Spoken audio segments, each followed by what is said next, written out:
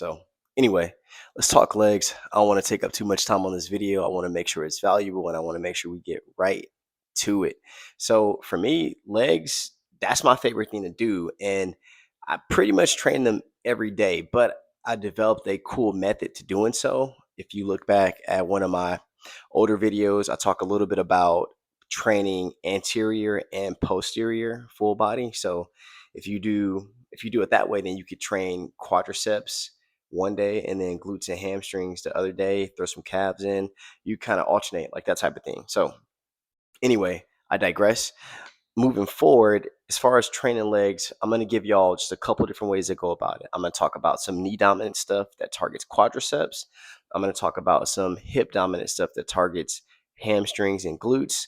I'll talk a little bit about calves. I'll go in a little more in depth as far as doing bilateral movements like squats versus unilateral movements like lunges or pistol squats or that type of thing, or stagger stance, deadlifts versus using both legs. All right, so let's start off with knee dominant.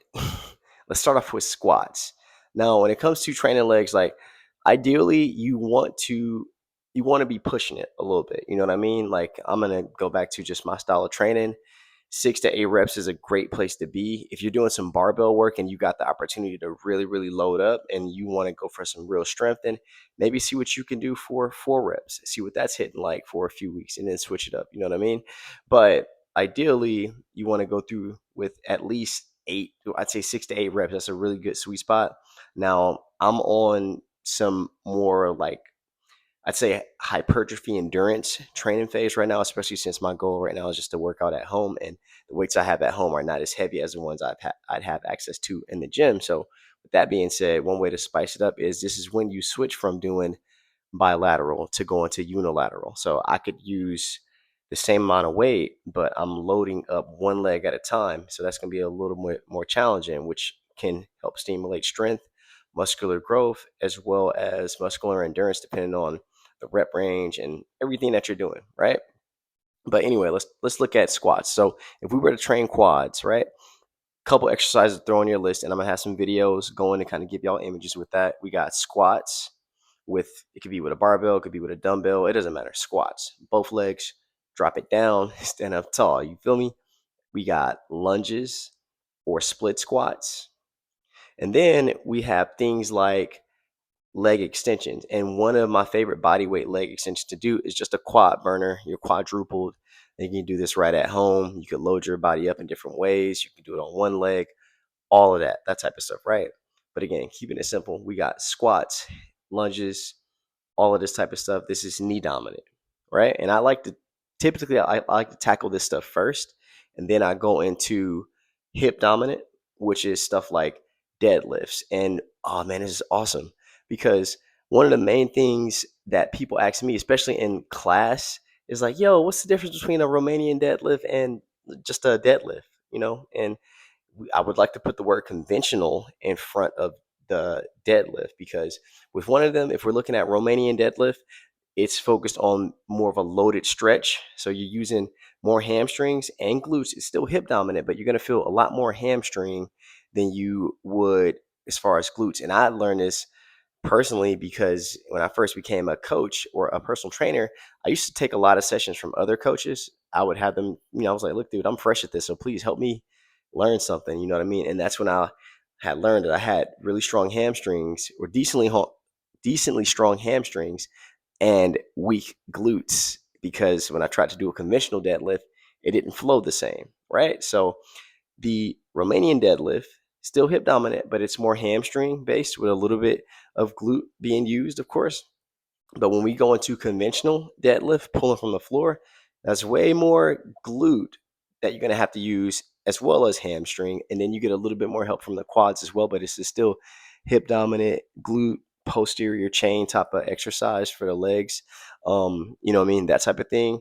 And with deadlifts, as always, we want to be mindful of the lumbar spine, but it's the same thing with squats and everything else you do as well. So don't avoid them unless you have been specifically told by a physician or a doctor or a physical therapist. They're like, hey, this movement is not for you. And if that's the case, we got other ways to do that, which is why we're doing this video. So we got RDLs. They can be staggered, they could be regular. Same thing with conventional deadlifts, of course. And then I'd say that the side note with RDLs is just listen to your hamstrings. Don't go further than they would stretch, because that's when you load the lumbar spine and you tend to curve around it.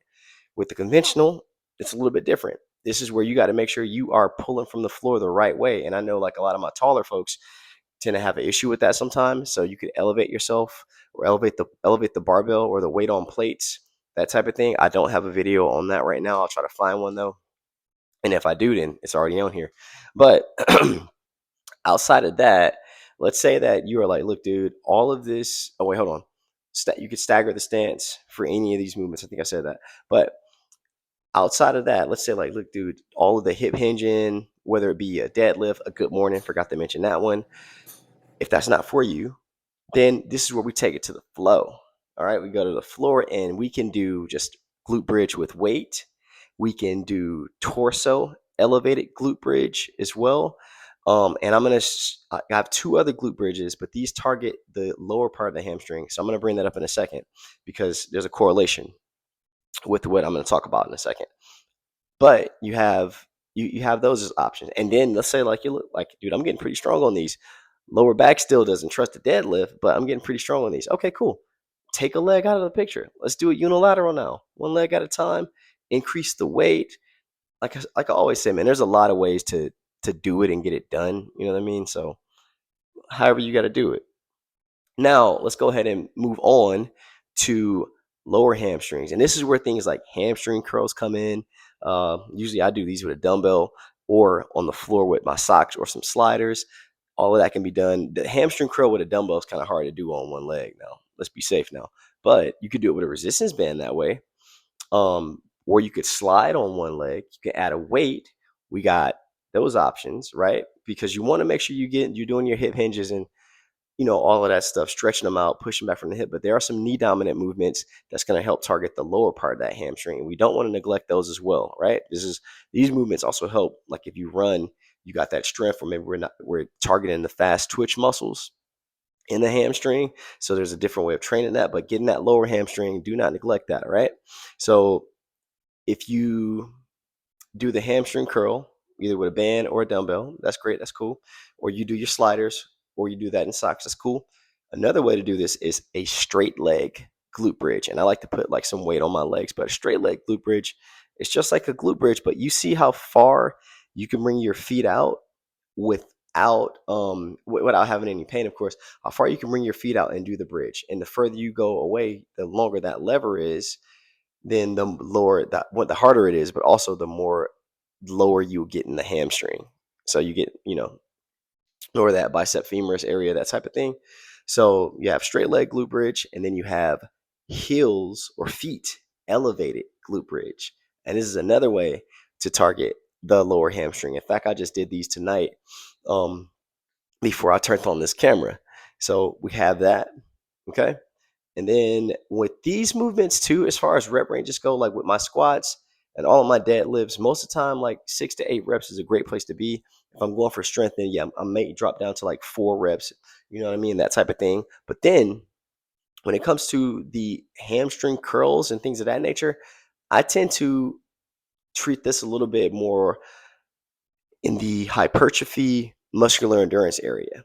And if it's not that, then it's probably like fast twitch area. But like one, I don't want to pull a hamstring, but two, most of the time when I'm doing these, it's more so for the pump that I can feel and getting some blood flow and really just showing those muscle fibers some love. Because typically what can happen sometimes, let's say I'm going really heavy on a squat or really heavy on some movements, even though my form was good, sometimes everything happens so fast, or you're just trying to get that weight up, you don't necessarily feel the neuromuscular connection between your brain and the muscles.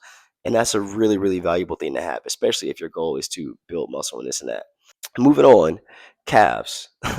Everybody has jokes about calves. There's a bunch of different ways we could do this. If you do your hamstring curl the right way with the dumbbell, you know, if you miss some calf raises, you're gonna be okay. but let's just take care of it anyway. And I mentioned this in a previous video.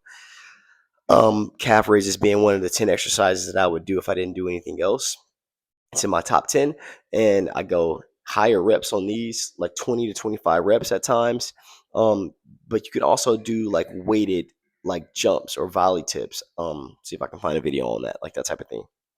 You can do weighted volley tips. If you do a weighted burpee, then when you throw in that jump, you're gonna get the calves activated. Ideally, though, we want to have constant tension. So if we go down for a burpee, then it's not constant tension on the calves, and we want to have that constant tension. So it's really good to have some way of elevating yourself, some type of resistance, slow and controlled. Focus on that stretch that you get on the way down, and that good contraction at the top. Maybe even throwing a pause if you want to. A lot of people, there's different ways to stand with it. With the feet out to the side, pigeon toe, or just I like athletic stance because I squat that way, I deadlift that way, you run that way. And so I think about things and like, hey, I want to look good. I want to have my results. I want to, have all this stuff. But I do think of everything from a performance standpoint and from a functional, like everyday standpoint. Like, how can I use this in my everyday life? That type of thing. If I got to run, God forbid I have to run. If I got to run, then, I'm running straight. So I want to make sure that the way I'm training definitely is going to help with that. Outside of that, man, that's pretty much it, dude. Like it's really simple. I don't go too crazy on these things. Like if you want to target glutes specifically or something like that, then hey, I got another video for y'all on that one that I'll put together. But if we're just talking about overall training legs, keeping it simple, something that you could implement into your routine and freaking thrive in your fitness, then this is the way to go. Straight up. You know what I mean? You got your knee dominant stuff for the quads, you got your hip dominant stuff for the hamstrings, you got whatever hamstring curl you're gonna do, and you got some type of calf raise. Again, you can throw in lateral lunges, you can throw in curtsy lunges, you can throw in a lot of different stuff, you know what I mean? Jump lunges, jump squats. There's a lot of stuff we could do, dude. And man, I got a lot of content to make now because now I'm thinking about all the plyometric ways we can use our legs and other muscles. But again, that's a video for another day. If you stayed this long, I appreciate you. Please click like, please share it, please subscribe, tell somebody about it.